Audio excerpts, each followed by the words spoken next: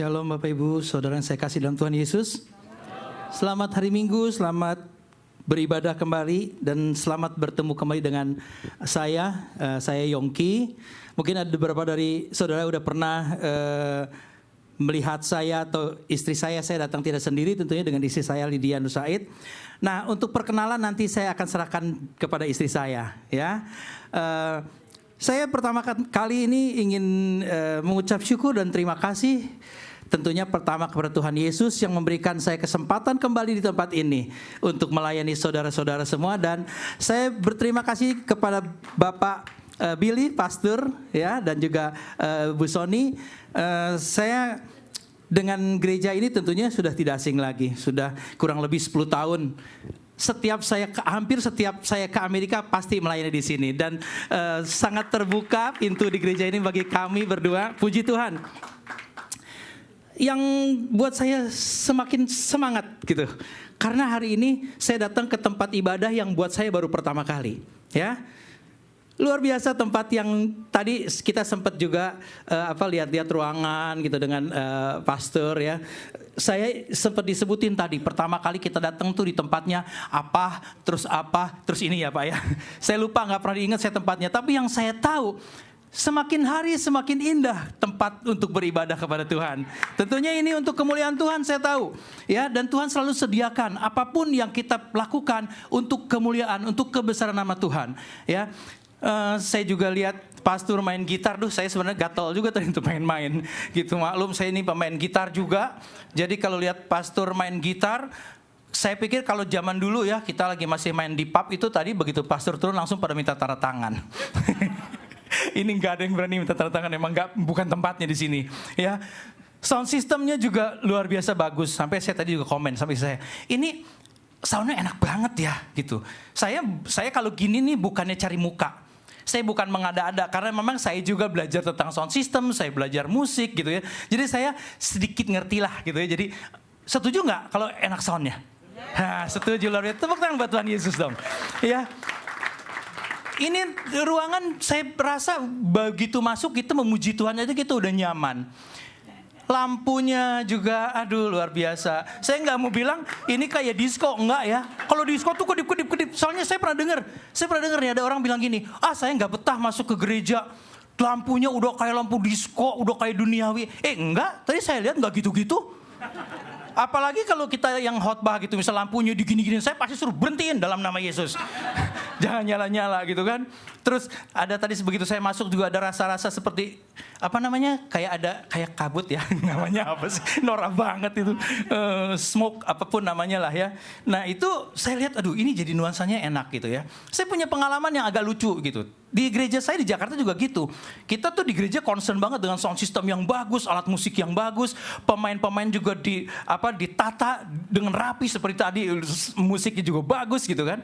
Nah, kira-kira tahun 90 berapa itu saya punya pengalaman, kita adain KKR. Memang pendeta kita tuh senang dengan sound, senang dengan lighting. Jadi di gereja kita ada lighting. Jadi waktu itu kita KKR ke Jawa, saya ingat. Waktu itu masih baru-barunya itu ada ini, smoke gitu ya. Jadi kita bawa sound system, kita bawa lighting termasuk smoke yang masih baru itu. Jadi waktu smoke itu dibawa, tes kan, wah kita main musik kasih smoke, waduh norak banget waktu itu. Udah kayak kita pemain rock gitu ya. Nah itu saya juga masih muda, masih gondrong waktu itu. Nggak kayak gini. Oh emang sekarang kenapa? Nggak apa-apa ya Pak ya. Akhirnya waktu itu yang terjadi apa? Kita waktu nyanyi puji-pujian udah kayak konser kan, pakai lampu gitu kan, terus pakai smoke gitu. Nah giliran khotbah tentunya enggak dong pakai smoke ya kan.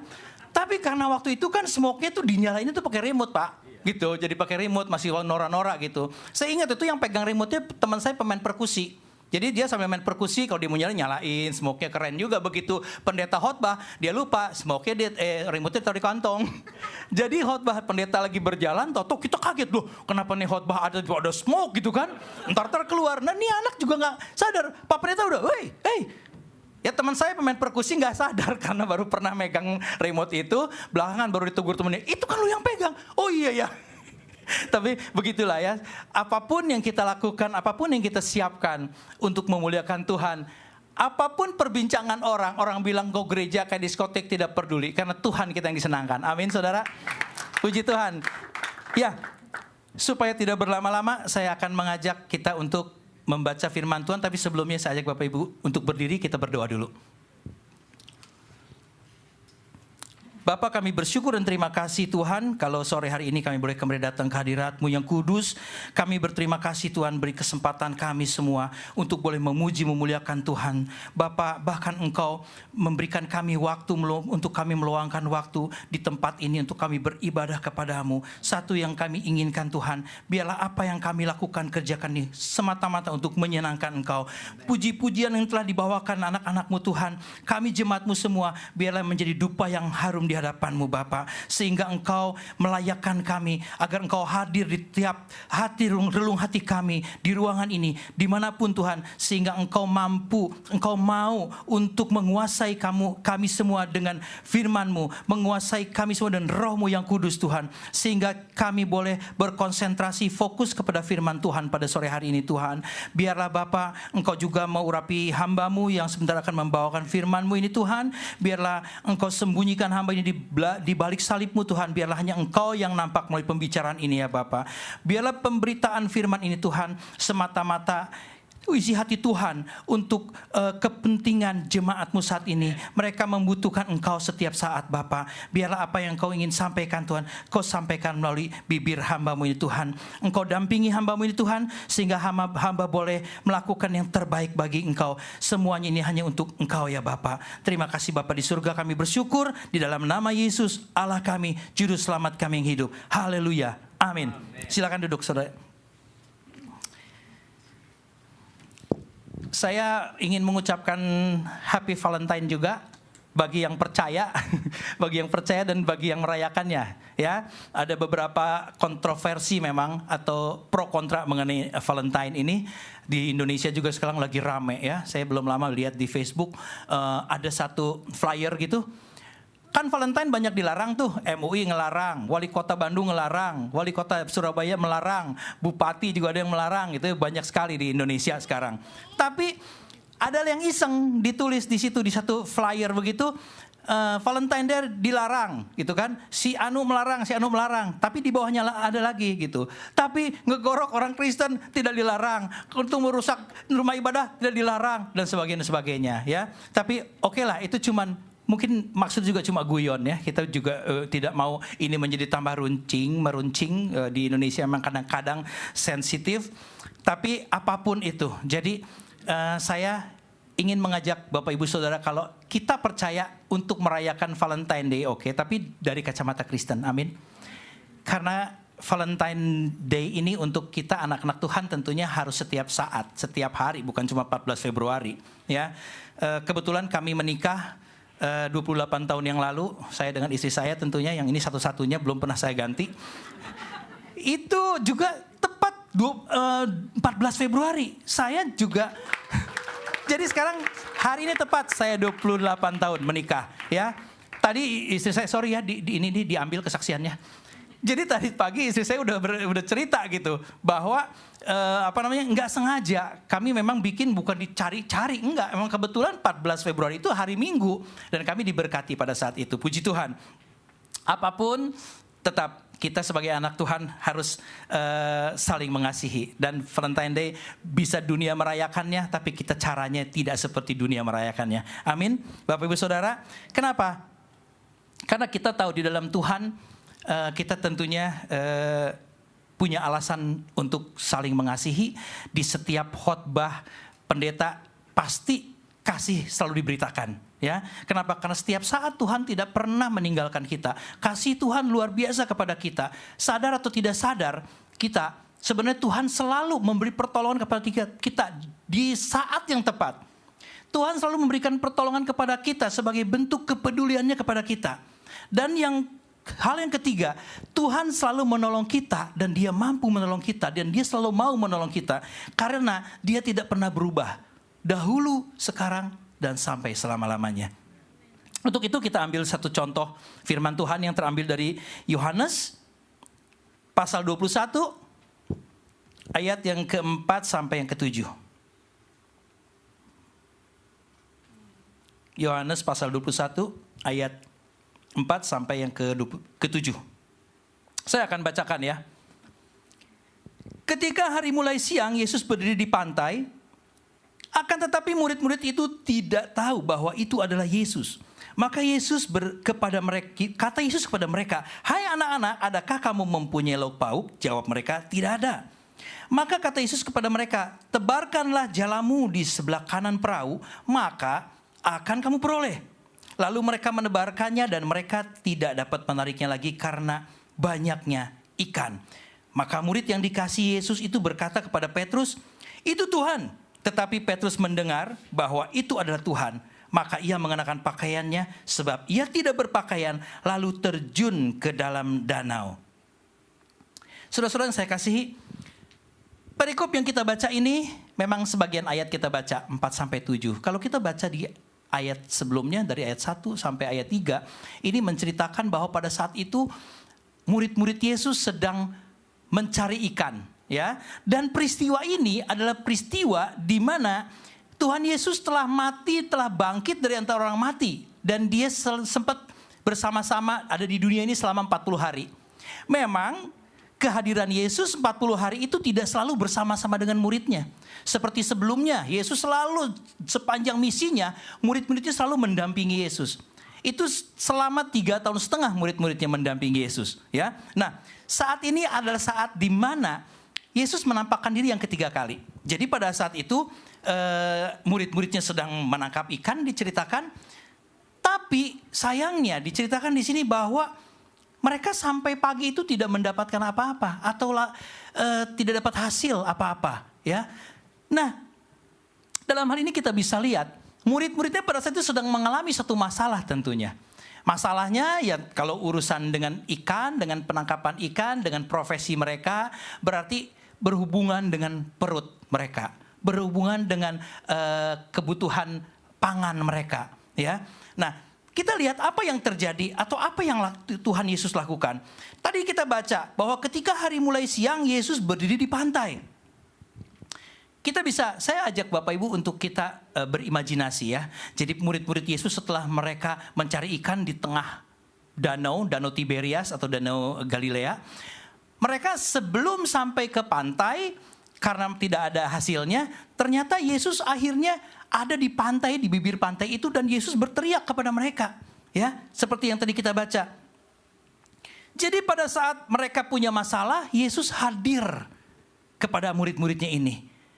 Ini menjadi satu pola yang selalu ada di dalam kehidupan anak Tuhan, di mana di saat kita ada masalah, kita harus percaya sebenarnya Yesus itu hadir di tengah-tengah kita. Tapi seringkali kita seperti murid-murid Tuhan juga. Kita tidak sadar bahwa Yesus sedang datang.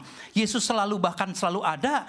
Dan tujuan Yesus tentunya datang pada saat itu untuk memberi pertolongan kepada murid-muridnya yang sedang bermasalah itu, ya. Jadi Yesus datang tepat waktu. Saya kalau lanjutkan bacaan tadi. Akan tetapi murid-murid itu tidak tahu bahwa itu adalah Yesus. Itulah yang seringkali kita alami.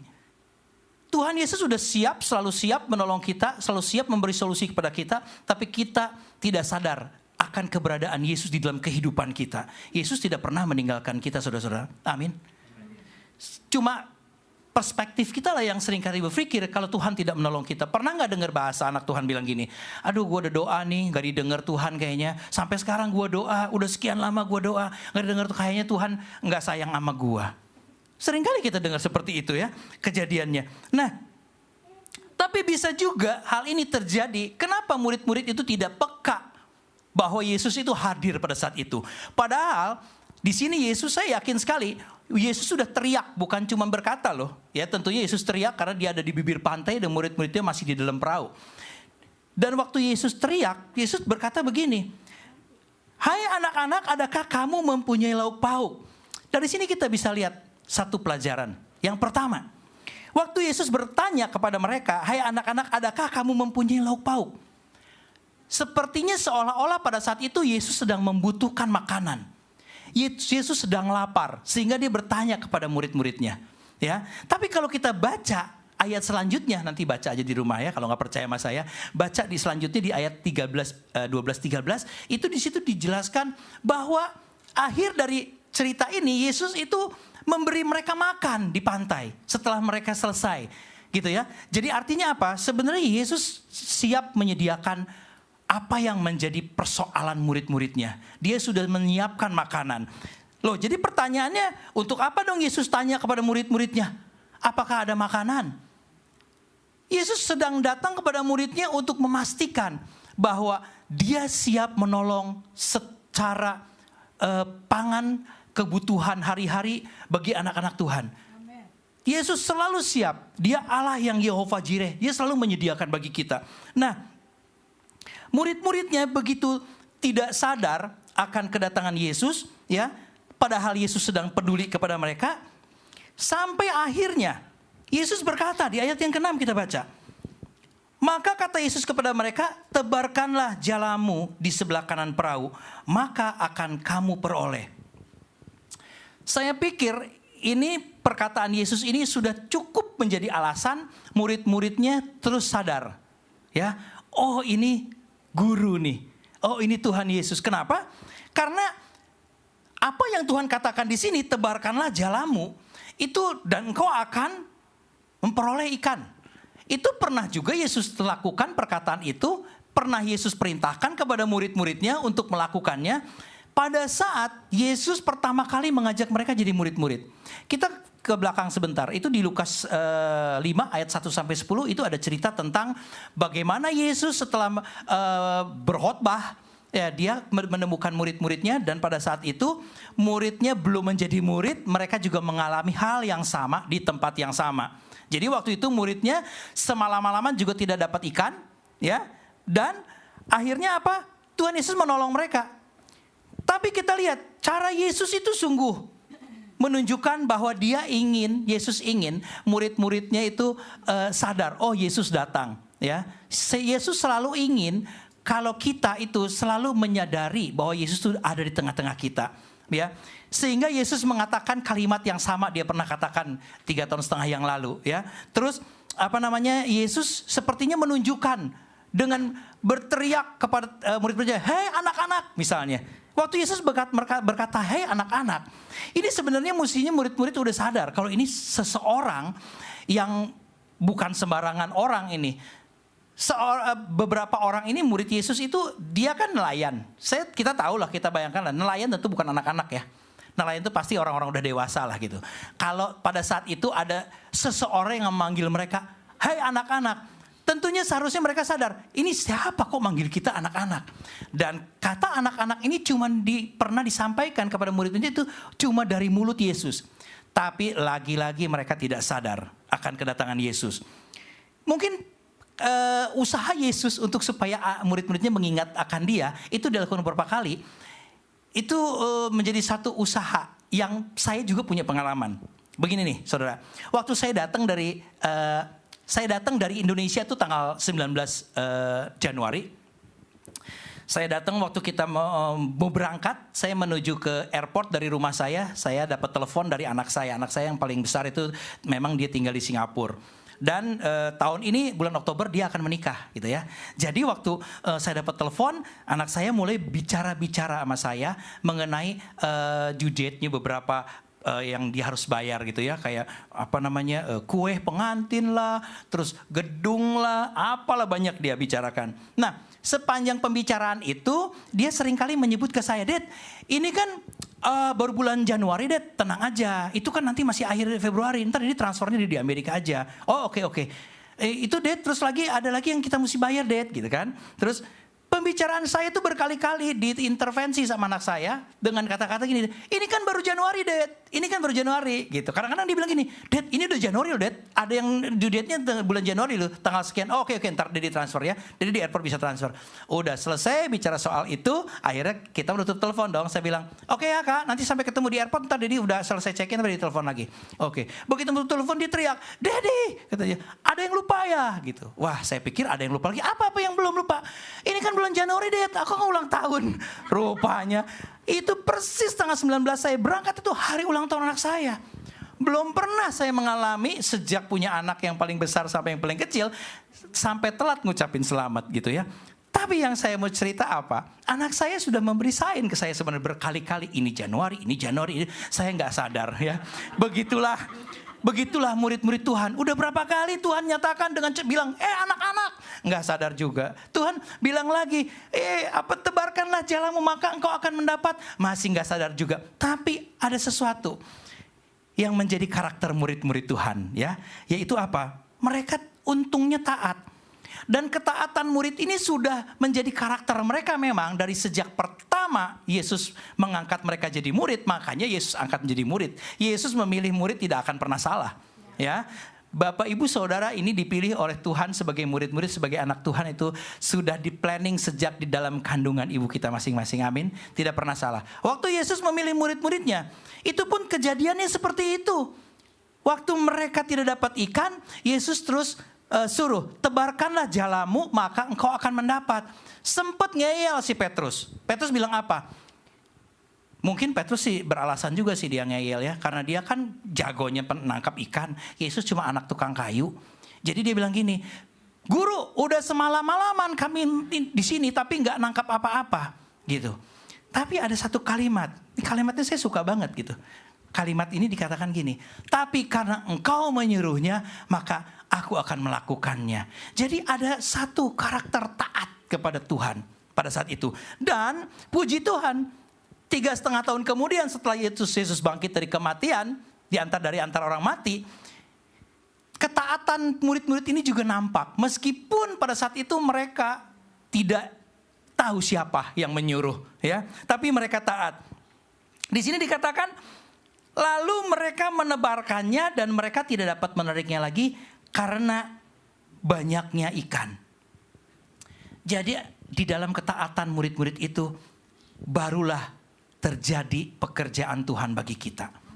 Itu salah satu syarat untuk kita boleh menerima solusi dari Tuhan. Jadi kita jangan bebal, jangan ngeyel ya. Kita jangan bilang kita udah taat padahal kita belum taat, tapi kita nuntut terus sama Tuhan. Ya, seringkali kita mungkin ada persoalan. Murid-murid ini punya persoalan pangan. Mereka tidak mendapatkan ikan. Ya, tapi seringkali kita juga punya pengalaman yang tidak mengenakan kita. Pengalaman kita mungkin masalah keuangan, jelas bisa kita alami keuangan. Kita juga bisa mengalami kesehatan, kita terganggu, bisa mengalami masalah hubungan relationship kita dengan siapa, misalnya dengan orang tua dan keluarga, siapapun juga. Bahkan relationship dengan istri kita seringkali juga menjadi tantangan dalam hidup kita, ya. Nah, Tuhan selalu mau tolong kalau kita punya masalah. Cuman yang seringkali salah adalah kitanya sendiri. Kita selalu berpikir kalau ada problem itu, problem emang ini Tuhan mau kita dapat problem. Memang Tuhan selalu ingin menyelesaikan setiap persoalan kita. Tapi seringkali juga problem itu dibuat oleh kita sendiri. Ya, makanya ada istilah gitu kan. Waduh Pak, saya ini sedang pikul salib Pak sekarang. Loh, pikul salib kenapa? Saya ribut sama istri saya sampai istri saya mau ngajak cerai gitu. Terus kenapa Pak? Iya, saya sedang pikul salib nih Pak. Saya bilang itu bukan pikul salib, itu salah sendiri. Jangan kita selalu mengatakan pakai ayat ya. Kalau kita ada masalah pakai ayat. Kita digebukin orang gara-gara hutang gak bayar, kita bilang lagi pikul salib. Enggak, kalau seperti bukan pikul salib, itu gara-gara kesalahan sendiri. Ya, ada satu cerita lagi. Ada seorang suami nih, seorang suami dia lagi nonton TV enak-enak gitu di ruang keluarga gitu ya. Tahu-tahu istrinya datang dari dapur, dia bawa itu apa? Bukan golok Pak, mati golok mah. Itu panci. Tapi panci kan berat ya. Saya pernah bilang sama istri saya, yang beli panci berat-berat amat sih, pakai pukul maling mati loh, termasuk masuk penjara. Seperti itu loh, dipukul suaminya sama si istri ini. Waduh, dia marah, Mam, apa-apa nih Mam? Dia bilang gitu, apa-apa nih? Apa lo? Katanya dibilang itu, karena tunjukin sama istrinya. Rupanya di dalam jas suami itu ada tulisan, pakai kertas. Tulisan namanya Cindy gitu. Cindy. Ngaku nggak ini Cindy siapa? Dia bilang gitu. Waduh si Mama, jangan main pukul aja mah. Itu kan bukan siapa-siapa. Emang Mama pikir itu siapa? Siapa Cindy? Cindy itu Mama ingat kan waktu minggu kemarin kan saya ikut taruhan tuh. Waktu ada pertandingan balap kuda. Itu Cindy itu nama kuda yang saya lagi jagoin. Wah, istrinya terus bilang gini, Oh gitu ya, ya udah deh, sorry deh, gitu kan, sorry. Oh sembarangan aja, main pukul aja gitu, menang dong si suami. Udah dia nonton TV, santai-santai nonton TV lagi, wah ternyata istrinya datang lagi dari dapur, pukul lagi. Dia udah punya senjata dong, mama jangan macam-macam ya, jangan macam-macam. Saya udah bilang kan, si Cindy itu kan kuda yang saya jadi taruhan waktu itu, dan saya akhirnya menang mah, gitu. Mamanya bilang itu, kuda lu telepon.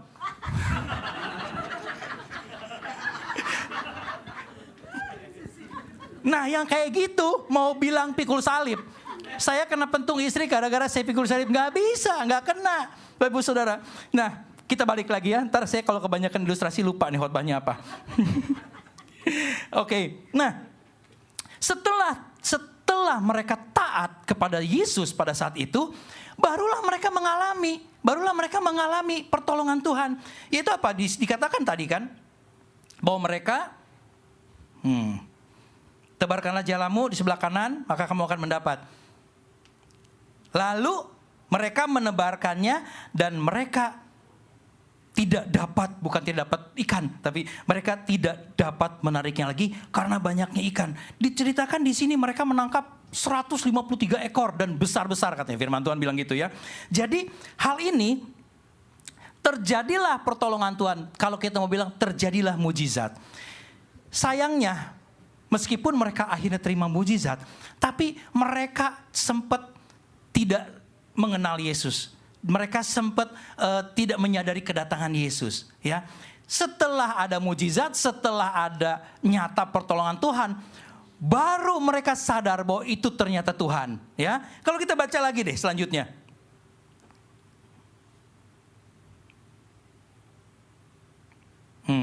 Kita baca di ayat yang ke-7.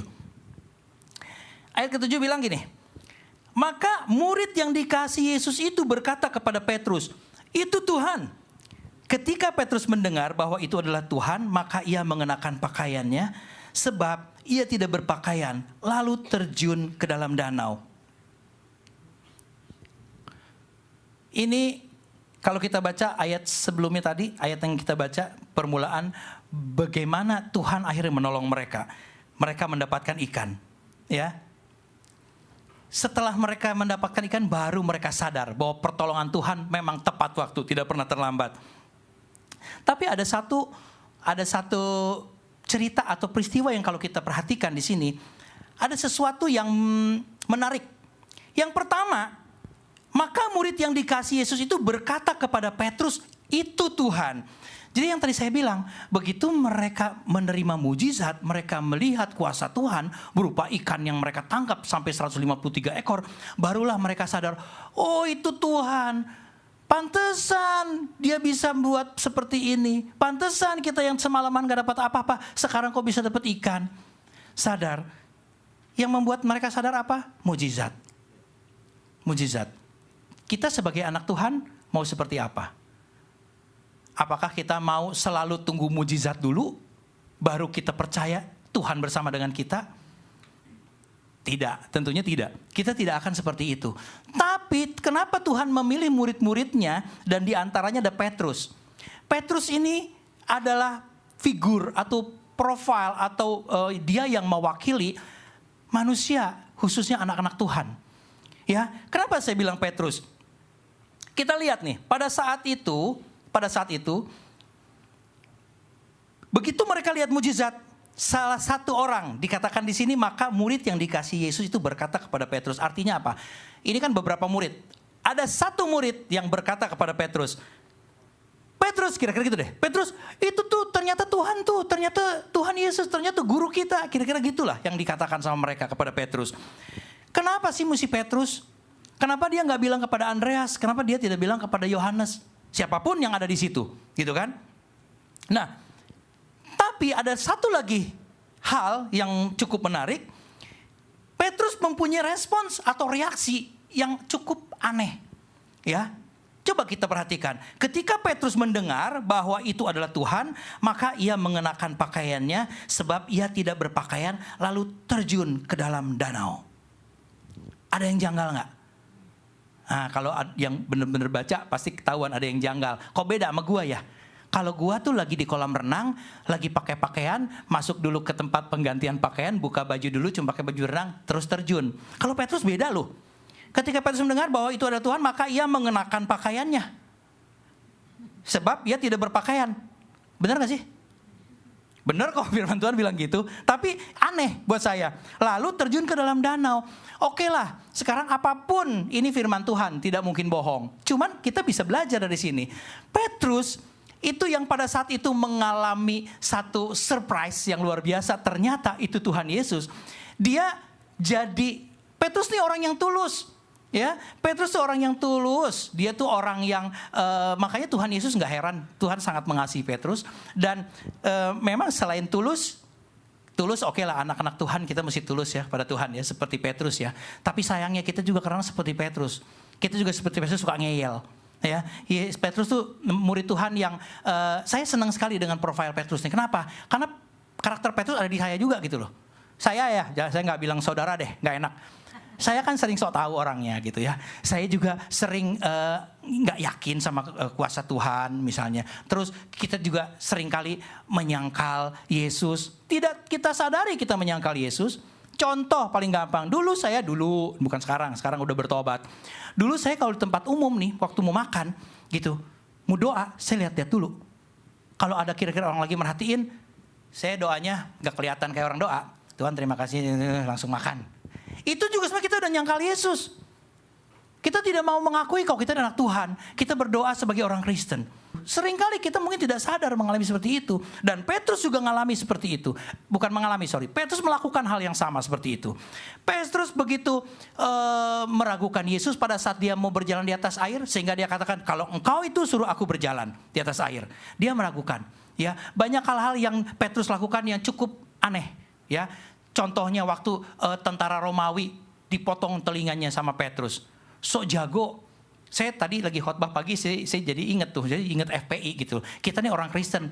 Petrus waktu jadi bukan FPI, Front Pembela Kristus, FPK. Waktu Yesus ditangkap, dia so-soan, dia potong tuh kuping si yang nangkep Yesus gitu. Itu kan lucu, Petrus itu gaya banget gitu dia itu ya. Nah, terus banyak lagi tinggal laku Petrus. Waktu satu kali Yesus pernah mau membasuh kaki murid-muridnya. Kebetulan si Petrus yang terakhir tuh, yang lain udah dikena basuh gitu. Petrus waktu mau dibasuh dia bilang, jangan Tuhan jangan basuh kaki saya. Gaya banget, dia bilang kayaknya ini Tuhan tidak layak. Aku tidak layak dibasuh kakinya oleh guru, gitu kan? Sampai Tuhan Yesus bilang begini, ini kali lu nggak ngerti maksud gua apa. Tapi nanti lu akan ngerti deh. Kalau kita mah orang yang gak ngeyel, yang langsung aja dong. Oke deh Tuhan, saya dengerin deh. Apa yang lu Petrus lakukan? Sampai selama-lamanya pun engkau tidak akan membasuh aku. Gila gak coba Petrus? Begitu, lucu ya Petrus. Tapi Tuhan bilang gini, tapi kalau aku gak membasuh engkau tidak akan menjadi bagian aku. Petrus ngerti dong maksudnya. Dia ngerti banget apa yang kata-kata Yesus. Oh, berarti kalau gue gak dibasuh, berarti gue gak bisa masuk kerajaan sorga, kira-kira gitu kan. Terus Petrus bilang apa? Oh, kalau gitu jangan cuma kaki Tuhan, kepala gue juga, tangan gue juga, semuanya. Ya ampun, Petrus seperti itu. Ya, kita ketawa semua, tapi kita juga kadang-kadang seperti itu. Yang lebih parah lagi Petrus, coba apa yang Petrus lakukan yang paling parah yang saudara tahu? Menyangkal Yesus. Petrus menyangkal Yesus, waktu saat itu dia, nih kejadiannya nih, waktu yang tadi dibasuh kakinya, itu kan waktu Yesus memang udah masa-masa minggu-minggu penyaliban ya, minggu-minggu Paskah. Itu kan kejadiannya waktu dia membasuh itu pada saat hari terakhir Yesus. Itu kalau kita lihat itu adanya di Yohanes 18 ayat yang ke-10. Di ayat 17, itu kan baru kan dia dibasuh kan sama Yesus. Ayat yang ke-17, kalau lihat ayat mah baru juga 7 ayat lewat. Apa yang terjadi? Dia udah menyangkal Yesus waktu itu. Cuman seorang hamba perempuan lain ya. Kalau misalnya yang nanya ke Petrus itu tentara Romawi yang gagah luar biasa gitu. Misalnya, itu orang itu, tangkap itu. Oke lah, dia menyangkal Yesus, oke lah. Udah gemeteran, ketakutan. Tahu gak yang bilang, itu tuh dia suka jalan sama Yesus tuh. Siapa tuh gak? Cuman hamba perempuan. Petrus cuman kan mendengar seorang hamba perempuan. Tapi dia begitu takut dan dia menyangkal Yesus 3 kali. Kita tahu semua cerita itu tentunya. Nah, tapi Petrus ini punya satu karakter yang Kita juga jangan ngomongin orang kejelekannya aja ya. Aduh, apalagi di mimbar nih. Maaf Petrus. Tapi Petrus ini luar biasa. Petrus ini pada saat ditanya murid-muridnya, siapakah aku ini? Petrus yang berkata bahwa engkau Mesias, anak Allah yang hidup. Yang lain gak berani ngomong gitu karena gak yakin. Tapi Petrus yakin banget. Itu positifnya Petrus. Positifnya Petrus apalagi? Pada saat dia telah jatuh dalam dosa. Dia telah melakukan penyangkalan kepada Yesus. Dia tidak seperti Yudas bunuh diri, tapi dia datang kepada Yesus dan dia minta ampun. Dan apa yang terjadi akhirnya? Petrus diampuni Tuhan. Petrus dipulihkan. Bahkan Petrus yang lebih daripada apa yang tidak pernah diduga pada saat itu. Petrus dijadikan paus. Dia adalah satu-satunya orang yang diangkat langsung oleh Yesus sebagai pemimpin orang Kristen. Kita ingat ya, ada peristiwa di Yohanes juga, Yohanes 20. Pada saat itu Petrus ditanya sama Yesus. Simon, anak Yunus, apakah engkau mengasihi aku? Pernah dengar ayat itu ya? Pasti pernah dengar ayat itu. Terus Petrus jawab, ya Tuhan saya mengasihi engkau. Gembalakanlah domba-dombaku. Itu satu perintah yang memang akhirnya Tuhan wujudkan perintah itu. Yang tadi saya cerita bagaimana posisi Petrus selanjutnya. Dan itu dikatakan oleh Yesus 3 kali. Artinya apa? Memang Yesus memilih Petrus. Ya, jadi Petrus yang ngeyel, yang kurang ajar, yang menyangkal apapun juga. Tapi Tuhan tetap pilih Petrus. Kita juga seperti Petrus yang kadang-kadang ngeyel, kadang-kadang menyangkali Yesus, kadang-kadang nyebelin. Tapi tetap kalau kita datang kepada Yesus, kita mohon pengampunan kepada Dia. Kalau kita berbuat salah, Tuhan pasti mengangkat kita. Tuhan pasti menolong kita. Dan kalau kita baca tadi peristiwanya, yang saya tadi bilang, Petrus sampai salah tingkah. Dia mau nyebur, bukannya buka baju, malah pakai baju. Itu sebuah ekspresi grogi ya, kalau saya bilang bahasanya itu grogi. Jadi dia tuh saking surprise-nya ternyata itu Yesus. Akhirnya dia sampai melakukan itu. Dia kaget luar biasa. Dia lakukan hal yang terbalik yang biasanya manusia lakukan. Itu karena apa? Karena ketulusan dia. Jadi gini, itu ekspresi dia sebuah ekspresi kerinduan dia akan Yesus. Ya, biasanya kita gitu ya. Kalau kita rindu sama seseorang, ya, pada saat orang itu datang, itu ekspresi suka lucu-lucu. Bapak Ibu ada yang punya anjing nggak? Coba kalau punya anjing, seharian ditinggal. Begitu kita datang tuh pulang sore, itu anjing itu saking kangen ya, saking merindukan tuannya, majikannya. Sehingga kadang-kadang anjing itu tingkah lakunya suka aneh-aneh, melintir-melintir sampai jatuh sendiri misalnya. Pernah lihat nggak? Saya pernah lihat anjing saya seperti itu. Begitulah Petrus. Petrus tuh karena kerinduan akan Yesus, akan ketulusannya dia, akan keluguannya dia. Sehingga tidak heran kalau temannya bilang waktu mereka sadar itu Yesus, mereka bilang nggak yang lain. Mereka bilang, Petrus itu Yesus. Kira-kira dia mau bilang, Petrus itu Tuhan. Akhirnya datang juga tuh yang lu tunggu-tunggu, yang lu rindukan. Ya, saya percaya kehadiran Tuhan Yesus selalu akan ada di dalam kehidupan kita anak-anak Tuhan. Di mana kita mengasihi Dia, kita tunjukkan dengan kerinduan kita kepada Dia. Dan kita percaya Tuhan pasti akan menolong kita. Dan satu pelajaran lagi, janganlah kita selalu menantikan mujizat. Baru kita sadar kalau Tuhan itu datang. Ya, mujizat atau pertolongan Tuhan otomatis akan menjadi milik kita. Pada saat kapan? Pada saat kita ada masalah, seperti murid Tuhan, kita taat kepada perintah Tuhan, kita melakukan usaha kita. Maksud saya apa? Waktu Tuhan Yesus suruh murid-muridnya mengambil ikan pada saat itu, menebarkan sebelah kanan. Kalau murid-muridnya tidak lakukan, bisa terjadi mukjizat? Ada usaha dari muridnya waktu itu. Ya. Pertanyaan yang kedua, apakah Yesus tidak bisa? Cuman ting begitu, perahunya diisi ikan semua, bisa nggak? Bisa, tapi Tuhan mau apa? Tuhan mau kita sebagai anak-anak Tuhan tetap melakukan bagian kita. Bagian yang mampu kita lakukan, biar kita lakukan. Waktu Tuhan buat mujizat pertama kali di Kana, air menjadi anggur. Ya, waktu Tuhan suruh ke pemimpin pesta untuk nyoba, hasilnya luar biasa. Tapi sebelum itu Tuhan menyuruh tempayan itu diisi dengan air biasa. Pada saat Tuhan lihat mereka melakukan sesuatu dan diisi air biasa, Tuhan melakukan mujizat. Orang yang mengisi itu mengisi air biasa, bisa nggak buat jadi anggur? Nggak bisa. Tapi bisa nggak mengisi air biasa? Bisa. Itulah yang Tuhan mau. Yang Tuhan mau, pertama kita taat perintah Dia, lakukan bagian kita, dan selebihnya biar Tuhan yang melakukan.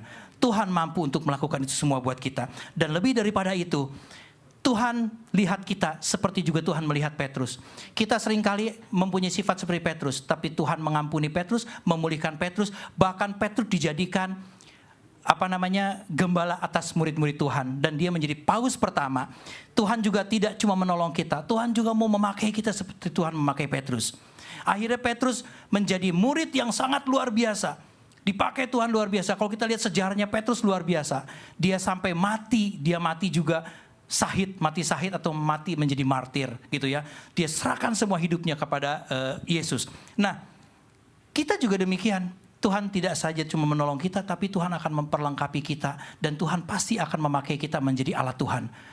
Betapa bangganya kita sebagai anak Tuhan. Bukan saja kita nerima mujizat-mujizat, pengen dapat enak-enaknya. Apa yang Tuhan mau untuk kita lakukan adalah beritakan Injil, keselamatan.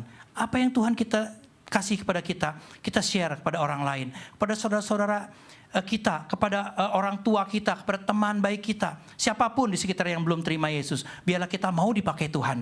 Jadi kita, terakhir kali pesan saya, apakah saudara-saudara pernah membawa jiwa-jiwa ke tempat ini untuk mereka mengenal Tuhan Yesus sebagai Tuhan dan Juru Selamat, di mana saudara semua sudah mengalami betapa Tuhan begitu mengasihi kita.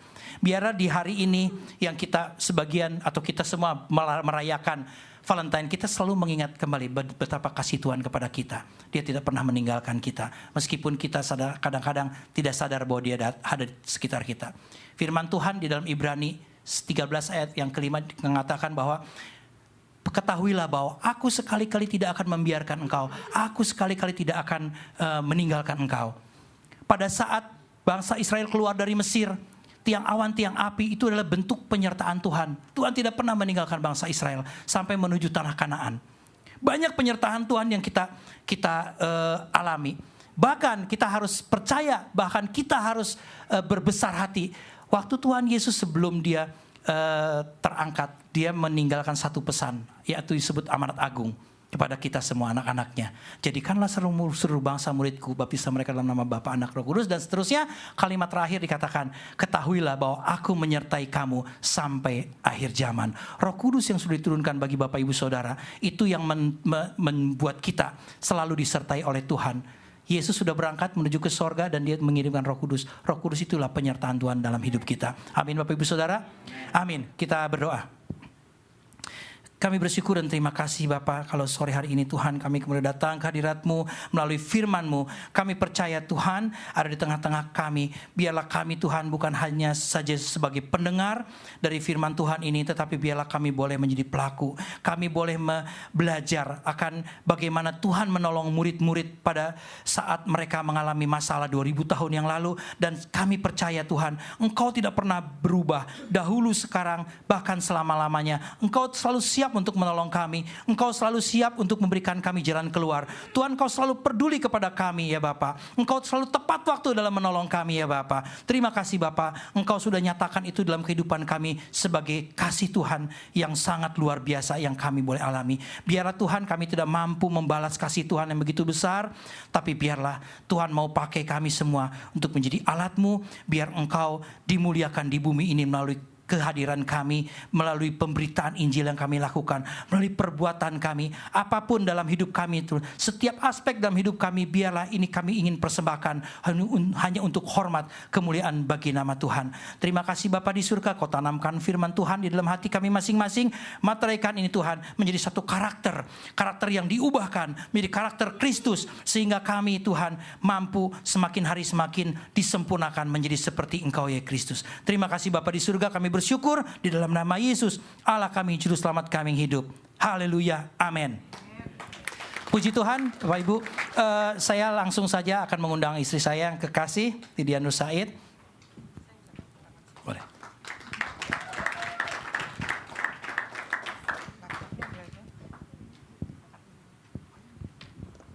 Shalom, Happy Sunday semuanya, puji Tuhan. Semuanya ngerti bahasa Indonesia kan? Ada, saya lihat ada beberapa yang pakai headset ya. Apa kabar semua? Puji Tuhan, kita diberkati oleh firman Tuhan, amin. Iya, baik, saya minta iringi suami saya main gitar. Memang dia pemain gitar, makanya saya jatuh cinta dengan gitarnya, sama orangnya. Maksudnya sama pemain gitarnya ya. Oke, kami sudah menikah 28 tahun dengan 3 orang anak. Perempuan semua. Kalau saya melihat kebaikan Tuhan dalam hidup saya, Allah kita itu dahsyat. Amin. Saya tidak pernah mimpi, saudaraku terkasih, kalau saya bisa menyekolahkan anak sampai ke Amerika, saudara. Sedangkan kita berdua ini full time hanya melayani Tuhan, saudara. Waktu saya jadi artis, masih jadi artis penyanyi, saudaraku terkasih, ya. Saya mengingat, saya waktu masih jadi artis penyanyi, saya punya 1 anak, ya. Jadi anak saya baru 1 itu belum berhenti, saudara, masih nyanyi untuk show gitu. Karena latar belakang saya memang artis penyanyi di era tahun 80-90-an. Tapi saya bersyukur saya bisa melihat ada kehendak Tuhan, ada maksud Tuhan dalam hidup saya dan suami, bahwa Tuhan mau kita hidup hanya menyenangkan hati Tuhan, ya. Amin. Sini sayang, sebentar sayang. Saya panggil dia dari dulu Yang. Pernah saya waktu isi bensin di Jakarta, yang kan lagi nggak musim, mereka kaget dengar kita yang dalam hati mereka palanya peyang kali, gitu saudara. Jadi aneh-aneh saudara. Ada lagi kita ini selalu di pom bensin ya. Ini abang-abang kan banyaknya di pom bensin kan di Jakarta. Kita lagi itu, yang duitnya dong, saya bilang gitu kan. Atau kalau nggak salah dia yang bilang, yang duitnya. Iseng lagi pom bensin, tukang pom bensin nyautin, yang hujan turun lagi. Itu lagunya Rinto Harahap itu saudara. Cucian angkatin gitu saudara. Aduh, oke. Yang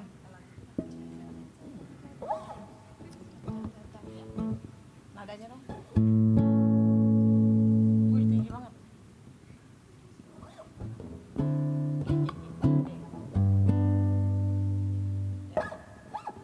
Ya, betul.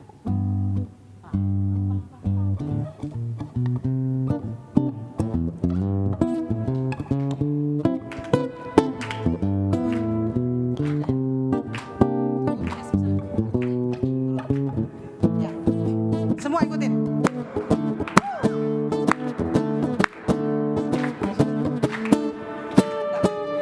Jesus is a rock and he rolls my blues away.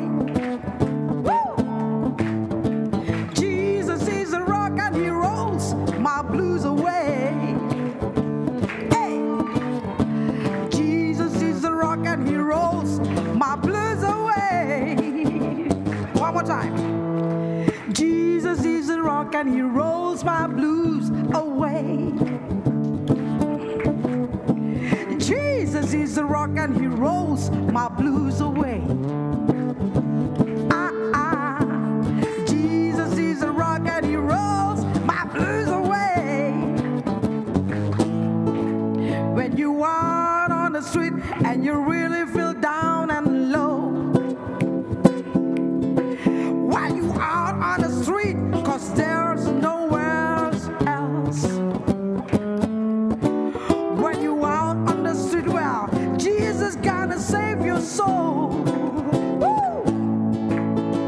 Jesus is a rock and he rolls my blues away. Jesus is a rock and he rolls my blues away. Jesus is a rock and he rolls my blues away. Ooh! When you wake up in the morning and the big world after you. When you wake up in the morning, she's gonna pull you through. When you wake up in the morning, that Jesus loves you true.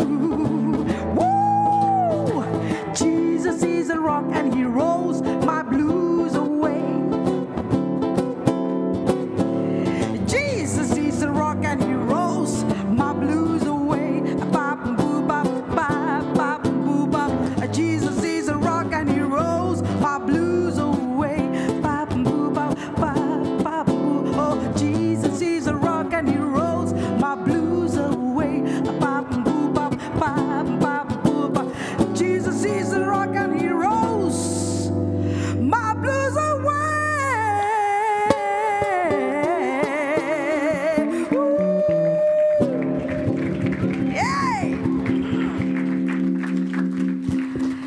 biasa Tuhan Yesus. Amin. Kalau kita keluar dari jalur atau tracknya Tuhan, pasti Tuhan tarik lagi. Amin. Puji Tuhan. Dulu saudara, waktu saya dengar pertama lagu ini, Jesus is the rock and he rolls my blues away, itu saya aminkan saudara ya. Lagunya juga asik, rock and roll lagi ya. Dan nanti saya mau nyanyi lagi irama dengan irama yang seperti tadi, blues, rock and roll.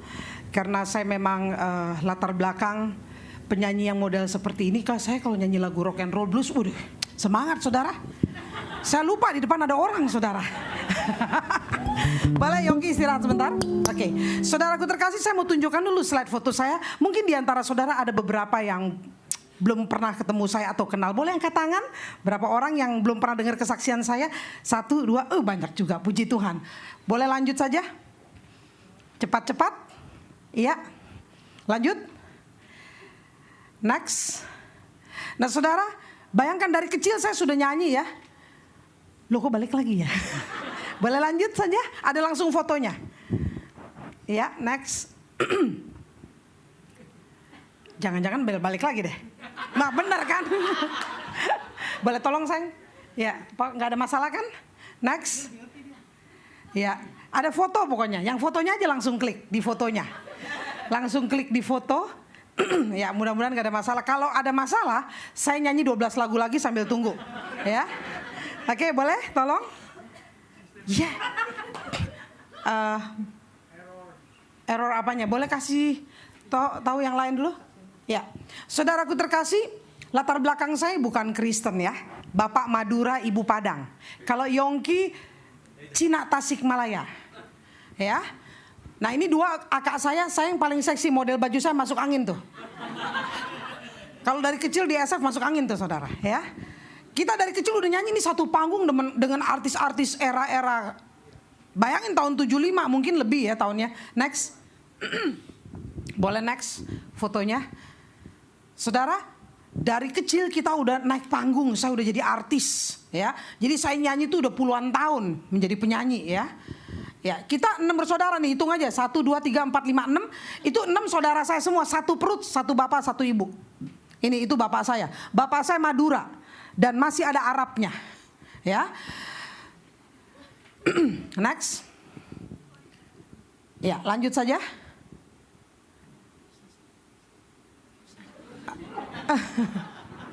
Lanjut saja. Telat aja nggak apa-apa ya. Next saja. Saudara, jadi kalau lihat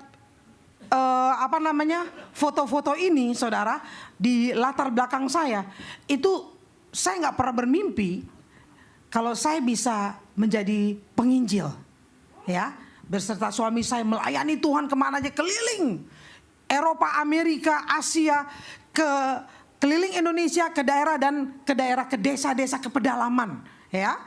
Nah saudara, ya ini bagus. Next. Saya main saksofon, alat tiup, saya tenor, adik saya alto, adik-adik saya main drum, keyboard, 2 kakak saya main trompet, bass, gitar. Kita satu grup band. Kalau saudara masih ingat grup band Jackson 5, Michael Jackson penyanyinya, kita juga dibentuk seperti itu. Next. Ya, kita udah dewasa ini. Saya belum jadi Kristen. Next. Ini saya dengan Imaniar, adik saya, ya, yang cukup terkenal saat tahun itu di Indonesia dengan album Ironi. Next. Lydia Imaniar, Perara Cinta, body saya masih seperti botol Coca-Cola. Sekarang Gucci Cina. Nggak apa ya, Gucci lebih mahal daripada botol Coca-Cola yang pentingnya saudara. Ya, next. Ini saya menikah. Ya. Dan saudara, saya kenal Yongki, dia satu grup band dengan grup band yang lain. Ini belum acara rohani ya, belum gereja, sekuler. Ya, saya melihat Yongki orangnya baik, pribadinya baik, anak muda, main musik, nggak kenal rokok, nggak kenal minuman keras, minum Coca-Cola mabok. Ya, ya. Jadi kami menikah. Kami menikah tidak direstui, jadi tanpa pesta. Yang penting pemberkatan, lebih penting lagi ada tukang foto. Ya. Ini buktinya fotonya. Ini foto yang lainnya udah kena banjir, saudara. Ya, next. Akhirnya, lewat tantangan iman, bapak saya yang begitu marah, murka, mau bacok saya dan lain sebagainya. Akhirnya ayah saya bertobat, terima Yesus. Itu bapak saya dibaptis. Next. Ini ayah saya dibaptis. Lanjut. bapak saya dibaptis ya. Sukacita luar biasa. 1 orang diselamatkan. Ini yang pertama jadi Kristen setelah saya. Next. Ini keluarga saya dengan 3 anak. Next. Ini anak-anak saya. 2 di Seattle, 1 di Singapura. Saya kasih nama Atalia Alvina Almeida. Kalau dapat laki, alhamdulillah. Ya. Puji Tuhan, alhamdulillah ya. Nah, saudaraku terkasih, kalau bicara sekolah, anak-anak saya ini makeup artis yang bawa, yang ini sudah menyelesaikan masternya di Singapura. Ya saudara, yang bungsu sudah menikah di Seattle, dapetin orang Indonesia juga. Next. Lanjut. Ini abang saya paling besar, ya. Anaknya kami injili, anaknya jadi Kristen dan terima Yesus. Ya, next. Ini Iva dibaptis. Next. Percaya kepada Tuhan Yesus Kristus, engkau akan selamat, engkau dan seisi rumahmu. Next. Ini ibu saya, Bu Haji ya, saudara. Ini off the record, yang penting saudara tahu di sini bahwa ibu saya orang Padang asli. Sudah haji 3 kali. Bagi Allah tidak ada yang mustahil. Itu adik saya. Keluarga saya yang perempuan semua sudah pakai kerudung. Next. Lanjut, ini di Jakarta ada gereja Padang. Next. Gereja orang-orang Minang. Orang Minang itu orang Padang, jarang ada yang Kristen. Tapi di Jakarta ada beberapa orang Kristen. Di gereja ini mereka bersekutu dan terima Yesus. Next. Dan ibu saya akhirnya masuk ke gereja, kami kenalkan Yesus dan bertobat terima Yesus. Next. Ibu saya dibaptis, ya. Ini orang Padang, pendetanya pernah masuk penjara. 5 orang pernah masuk penjara, 3 guru sekolah minggu, 2 pendeta. Akhirnya pendeta ini yang divonis cukup lama, kalau nggak salah 12 tahun, tapi baru berapa tahun masuk penjara dikeluarin. Kenapa? Seisi penjara dibaptis semua sama dia. Ya. Akhirnya dia yang dikeluarin, ya. Next. Ini ibu saya dibaptis. Next. Ini abang saya tahun lalu, abang saya dibaptis lagi. Satu persatu keluarga saya dibaptis. Next. Lanjut. Ini abang saya sekarang main trompet di gereja dan melayani. Next. Nah ini ibu saya, tadi rambutnya putih kan? Karena Bu Haji nggak boleh pakai kutek, nggak boleh disemir. Begitu ibu saya sudah jadi Kristen, tak semir rambutnya. Next. Lanjut. Lanjut. Ya, lanjut. Ini pelayanan saya di pedalaman. Saudara, kalau melayani di pedalaman seperti ini, next. Saya melayani di pedalaman. Saudara lihat ini sebentar. Lanjut, doakan Indonesia, next. Ini tempat saya tinggal, kala-kala memang ada hotel, next. Lanjut, ini kami lewati Sungai Kapuas, Kalimantan Tengah, next.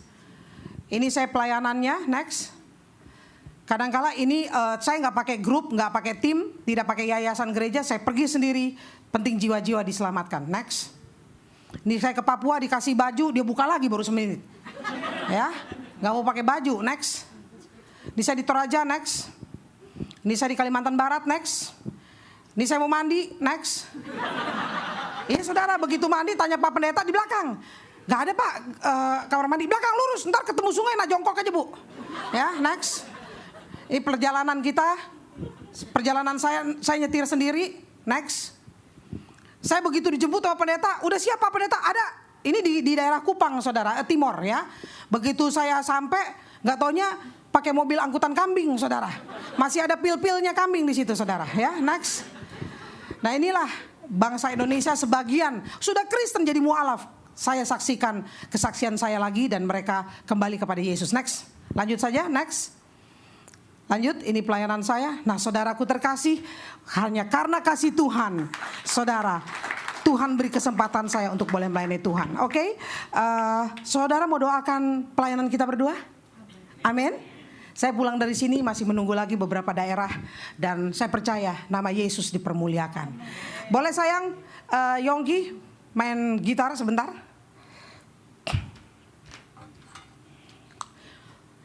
Satu irama lagu yang cukup lama, tapi nanti akan dibikin jazz sama Yongki. For God so love the world. Senang irama jazz gak nih? Woi, gak bilang senang, asik.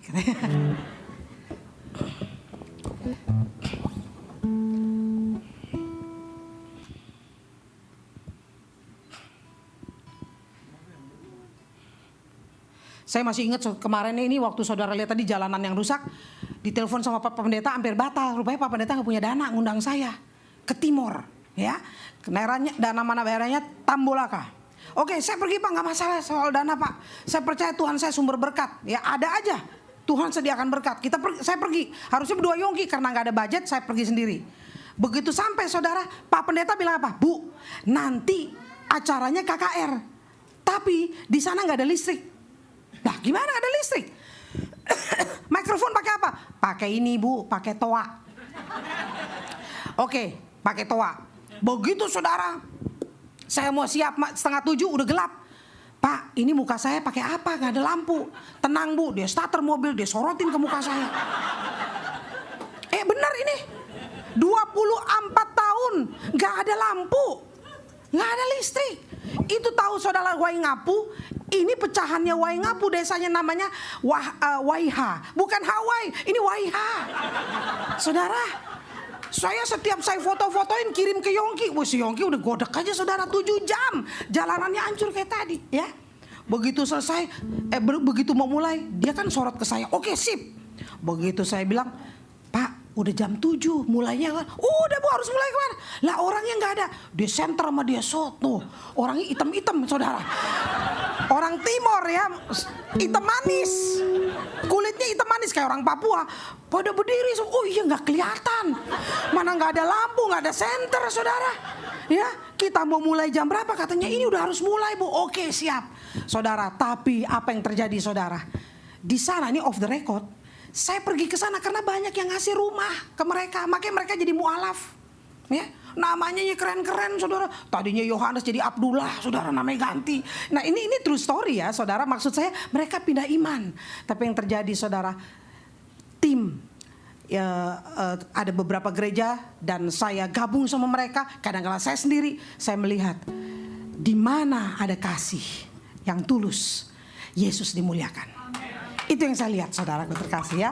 For God so loved the world.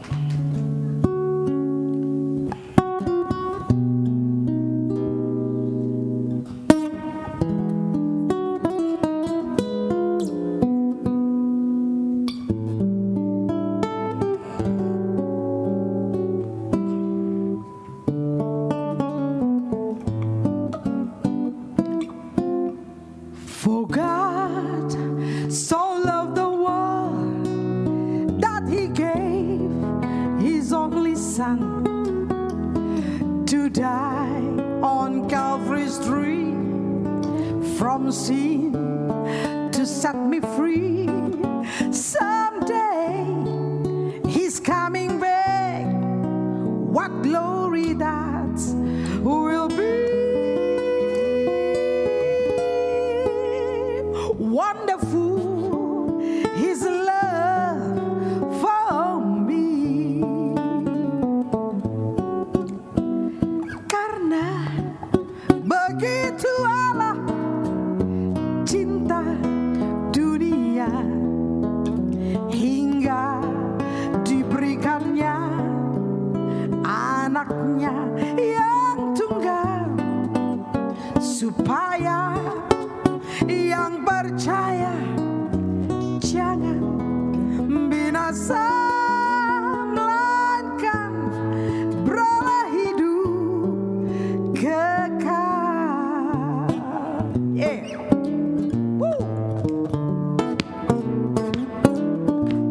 Gitar memuliakan Tuhan.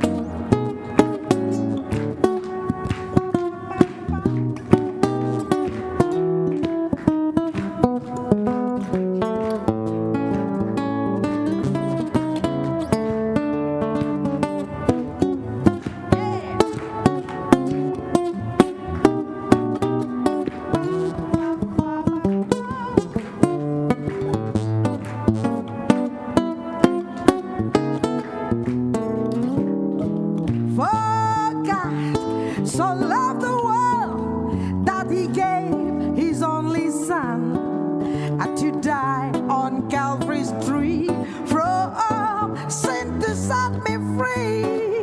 Someday He's coming back. What glory that will be. Wonderful His love, yes, wonderful His love. Oh, wonderful His love for you and me. Ba-do, ba-do, ba-do, ba-da, ba-do, ba-do. Puji Tuhan, Tuhan memberkati kita semua. Apa yang boleh kami berdua persembahkan, hanya Yesus yang disenangkan dan hanya Yesus dimuliakan. Nanti ada CD rohani kita, itu untuk mensubsidi pelayanan kita, bukan di ibu kota tapi di pedalaman-pedalaman, saudara ya. Dukung pekerjaan Tuhan, biarlah semua itu Tuhan yang membalas dan memberkati. Shalom, terima kasih.